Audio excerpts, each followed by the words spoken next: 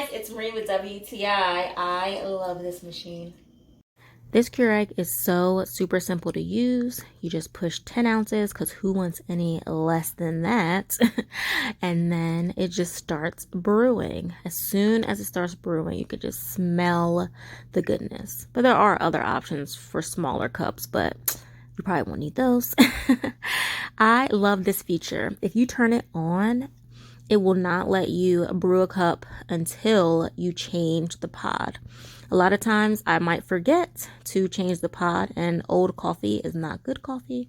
So I love that it does this. Once you put it in, you can see that the lights will light up, and that means it is ready to brew.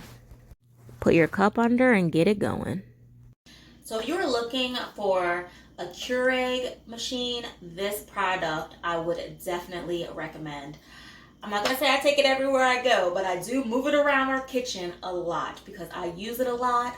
I love it. It just makes my day happy and bright. I'm going to keep using this Keurig and getting some good yummy pods in there. And that's my point of view.